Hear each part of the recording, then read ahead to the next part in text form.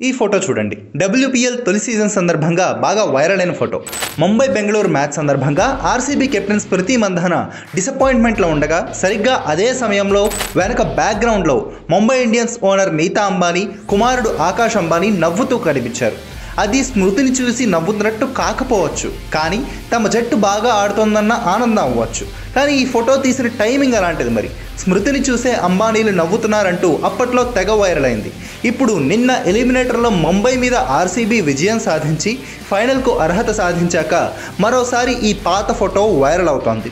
దీంతో పాటుగా నిన్న మ్యాచ్ చేజారిపోతున్న సిచ్యువేషన్లో టెన్షన్గా కనిపించిన నీతా అంబానీ ప్రస్తుత ఫోటోను ఆర్సీబీ ఫ్యాన్స్ వైరల్ చేస్తున్నారు.